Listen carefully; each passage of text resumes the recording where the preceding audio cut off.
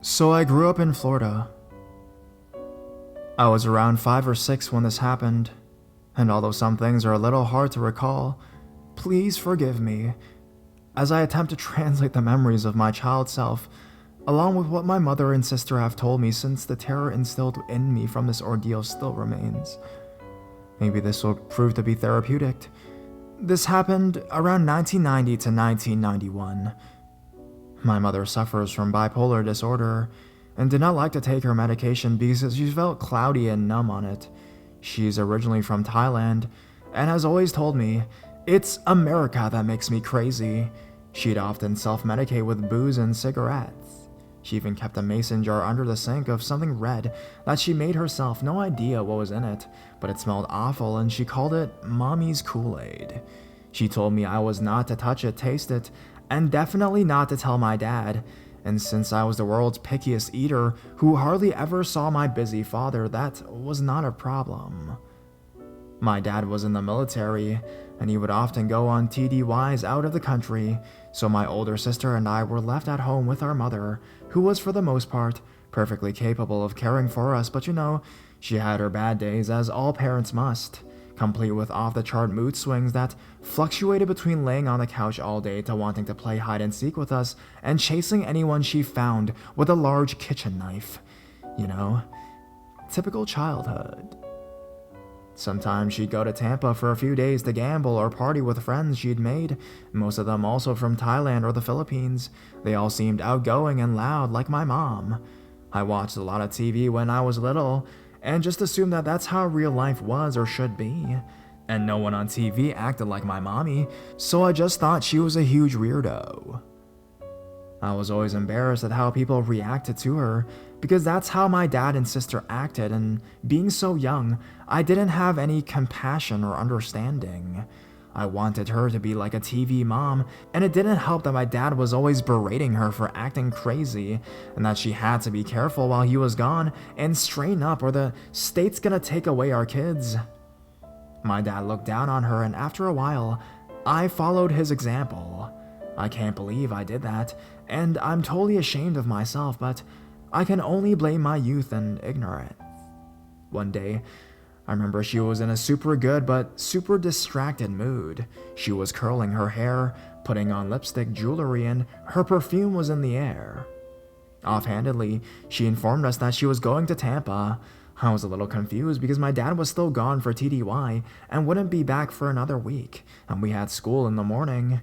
She never left us when those things were going on, but I never had to get ready for school without my mom, not ever. She even took me there on her bicycle because I could still fit into the toddler seat on the back. When she saw my panicked face, she reassured me that she just wanted to go see a friend who was having a birthday party, and she would be back in the morning to take me to school. My sister was 8 years older than me, so she was for the most part competent enough to look after me, and I wasn't looking forward to being left with her because she bullied me. I suspect it was due to my mom always favoring the baby, me at the time, and since I was super duper small for my age, that's how everyone treated me. I should mention that, although she was a huge bully to me, my sister also had this tremendous and oftentimes irrational fear that, since I was so small, I could easily be kidnapped, and she'd always drill me with questions on the daily about how to deal with strangers and what to do if anyone ever tried to take me with them. She'd even have mock drills where she'd pretend to be a stranger by wearing this awful latex mask that I fucking hated, and making me run while timing me with her stopwatch and making me do it all over if I was too slow, or tricking me and popping out of nowhere and saying shit like, "Congratulations, you just got kidnapped." It was ridiculous, and I hated feeling like I'd always have to watch my back. Anyways, my mom drove away to Tampa, and my sister watched TV while I played with my pound puppies. It wasn't as bad as I thought it would be, no tricks, no teasing. I didn't even get any attitude when she told me to go to bed. I always slept with my closet lights on and my pound puppies. After positioning them all around my pillow, I settled into bed and fell asleep. I awoke suddenly because I was being shaken roughly awake by my sister, who was hissing my name through gritted teeth. I was so confused. What time was it? Had it only been a few minutes or hours since I'd come up to bed? My mom always woke me up for school, but I had a clock radio by my bed that read 6 something, and although the window shades were down, I could see traces of soft blue pre-dawn. My sister pulled me out of bed and whispered furiously for me to get dressed. I was completely dismayed. Where was Mom? Why was my sister whispering? Why was she so mad? I would soon learn she wasn't mad. She was terrified. She got down on her knees so that her face was about an inch away from mine and looked right into my eyes and whispered as calmly as she could, "There's a man sleeping on the couch. I'm going to take you downstairs. I want you to run through the backyard and go to Kathy's, a neighbor, and have her take you to school." Great. After a whole night of not being timid or having to run and hide in less than 15 seconds, she was at it again. I was a big fan of rolling my eyes at this age, so that's what I did. My sister gaped at me. I informed her loudly that I didn't believe her and asked where Mom was. She covered my mouth and whispered that Mom wasn't home. Then she walked me over to the staircase, picked me up, and we slowly descended the stairs. I realized she was trying not to make the stairs creak, and I craned my neck around to see into the living room, and to my satisfaction, there wasn't anyone on the couch. I looked at her triumphantly and said, "Yeah, right, who's on the couch?" But she shook her head and pointed down, where the family room was by the garage, and half bath was on a lower level of the first story, not a basement, just like down a hallway of 4 steps. After opening the door to this hallway, she put me down at the foot of these steps and motioned for me to go forward. We had thick curtains drawn in this room, and they were in an orange, white, and brown floral print, so their outlines practically glowed as the sun came up behind them and as my eyes adjusted. I made out a figure on our smaller couch who was turned away from us, facing the couch back. At first glance, I thought it was my mother because of the long dark hair and the tan skin, but the hair on the back of my neck prickled as I realized this person was all balled up and seemed crammed into the couch, meaning they were a lot taller than my mom. Their shoulders were broader, and they were wearing dirty sneakers and paint-stained jeans that were loose, like a man's because it was a man. I started shaking all over. This had never happened before, and my parents weren't here, and I had no idea what to do. My sister put her hand back over my mouth and ran me back up the stairs. She closed the door quietly and pushed the lock button on it. She had locked him down there, which made me a little bit better. I put a lot of trust into locked doors. My sister took me to the kitchen and gave me a book bag, but not my lunchbox, and as I was about to inform her of this, she opened the backyard porch door and gave me this solemn look, so I shut up. She told me to run as fast as I could, not to stop until I got there, and not to tell anyone about the man because she was going to take care of it. She helped me put on my backpack, then counted to 3 just like in all the drills she'd made me do, and I took off. I dodged my dogs. I unlatched the chain link gate. I ran down the back walkway towards the driveway, across the front yard and off our property. I wasn't allowed to cross the street, but here I was crossing it, flying across it even. I ran through other people's yards that were still wet with dew, and didn't stop until I was knocking as hard as I could on Kathy's front door. Kathy opened the door in her bathrobe, and her hair all messy, and I told her she had to take me to school, that's all I said. She gave me a look like, "Oh, do I now?" before letting me in. I sat in her kitchen as she offered me breakfast food I couldn't eat, and got her kids ready for daycare. I'm sure she asked me why she had to take me to school, but I can't really remember the conversation. I think I just told her my mom wasn't home, and she just left it at that. Everyone in the neighborhood knew about my mom, mostly because she was always out in the yard, gardening and being super friendly, but they all had to take care of my sister and I at some point, just like my mom would take care of their kids when they went out to run errands or something. This was the only time in my life I felt like neighbors were just automatic friends. I went to school and didn't have a lunch, so the receptionist gave me a quarter to buy a PBJ, which I didn't eat or drink, but I knew I had to take to school, or else they would look at me like I was weird. Once I was talking with my friends, all recollection of the events of that morning faded from my mind.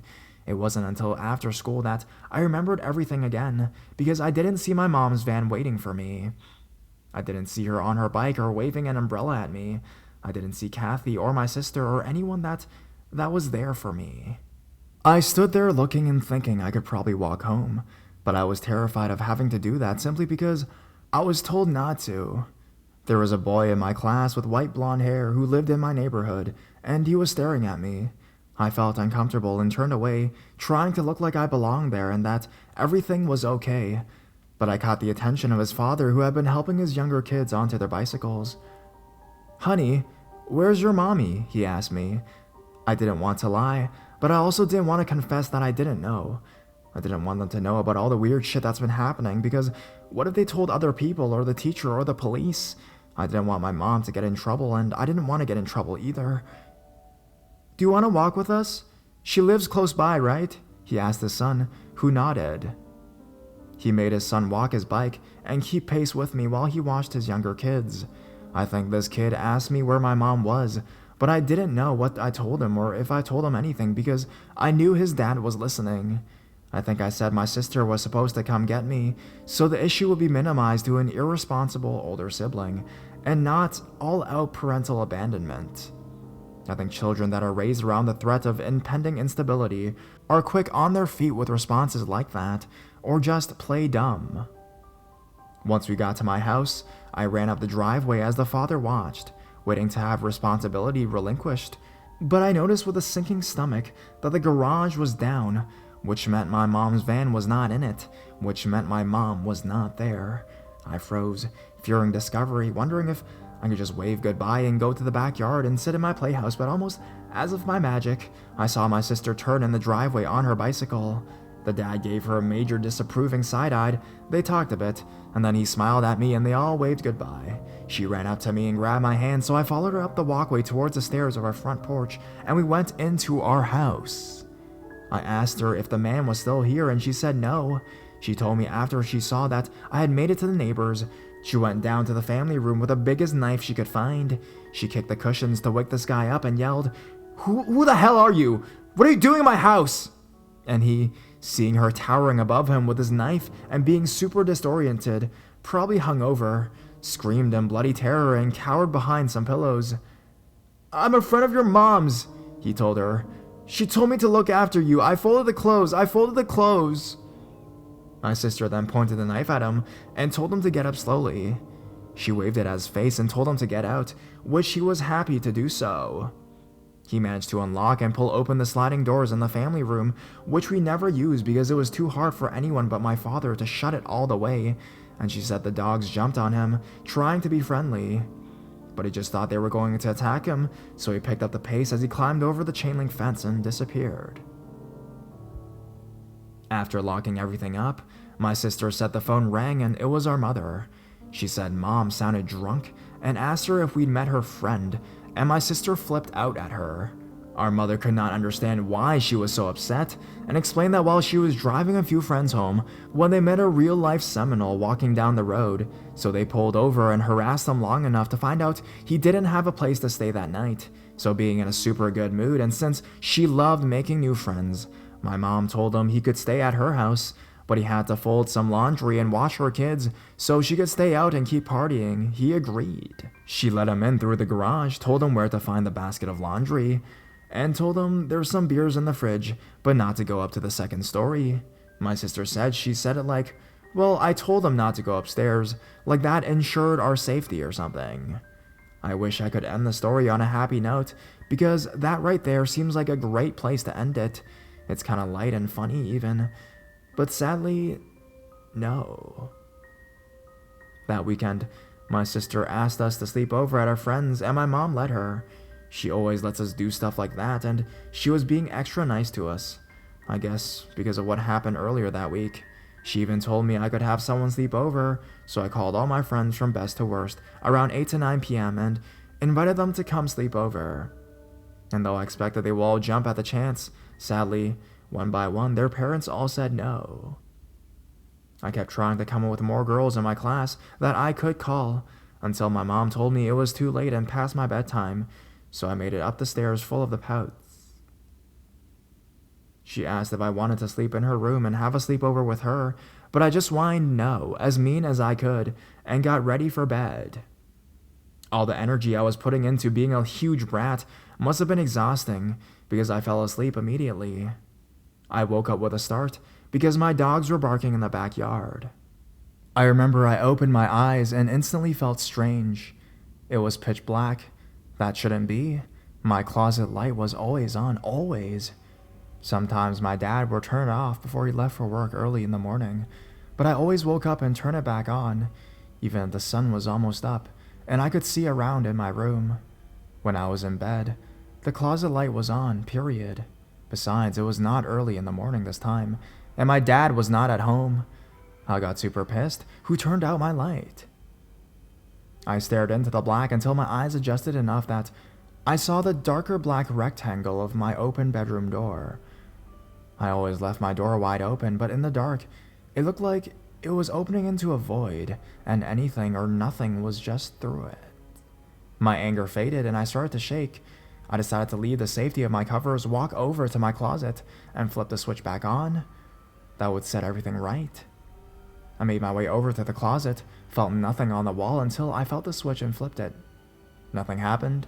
I flipped it off and then on again. Repeat, repeat, repeat, nothing. It was still dark. I noticed my clock radio wasn't on either, and the lamppost by our mailbox wasn't emanating any light through the window shade either. My hopes sank as I came to the realization that the electricity was out. It wasn't storming, so it must have been the breaker box. I knew it was outside because sometimes I'd run a bath and the water would stay cold, so my dad would go out to the backyard to wherever the thing was and flip it on for me. I instantly regretted not sleeping in my mom's room and was deciding whether or not to be brave and feel my way down the hall to it. But I never had a chance to do this because suddenly I heard thumping, like someone was trudging around downstairs. If it was Christmas Eve, I would have been stoked, but it wasn't, and I knew it wasn't Santa. Maybe it was my mom trying to turn the electricity back on, but that seemed unlikely somehow. I backed away from my closet towards the foot of my bed, where I kept all my big stuffed animals propped against it, and sat on top of them until my weight shifted them back and I sank into them. I felt safer having them around me, and only my head peeped through. I reached up my bed and pulled the covers down so they hung over the edge, covering my head so I could just peek through. If you walk into my room, my bed would be in the far right corner and the closet would be directly across from it, on the same wall as the door.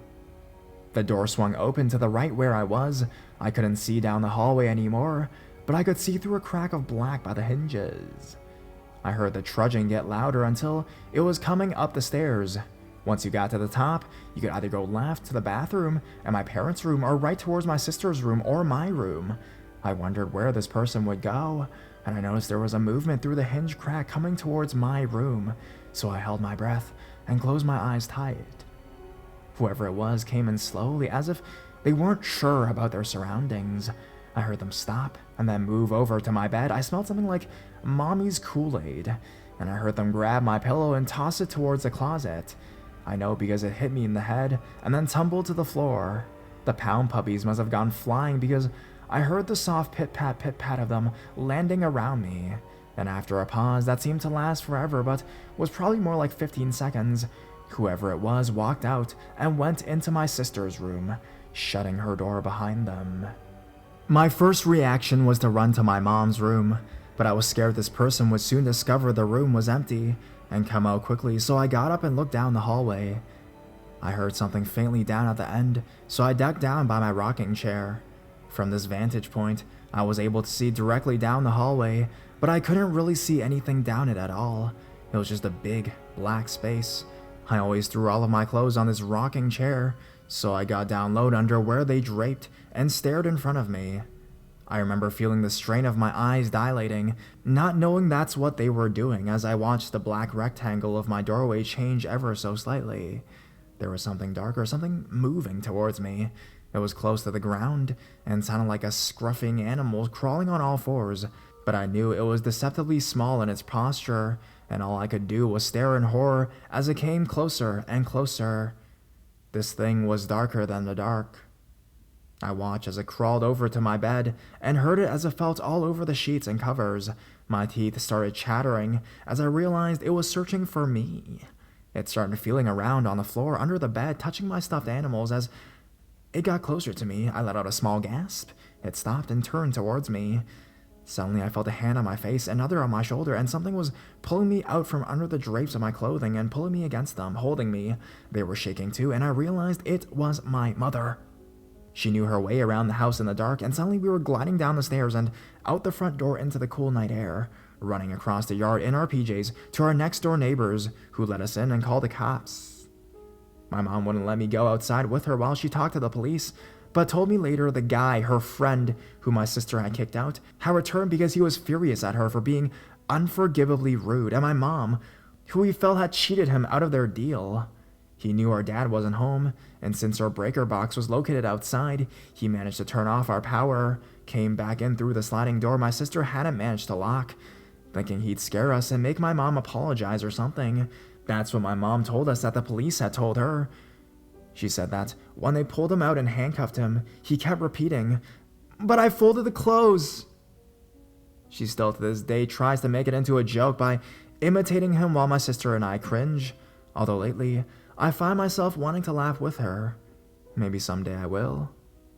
I'm thankful that no one was hurt, and my dad installed a security system and got a breaker box lock, but unfortunately afterwards he hospitalized my mother and told her she had to take her medication every day or he'd leave her in there.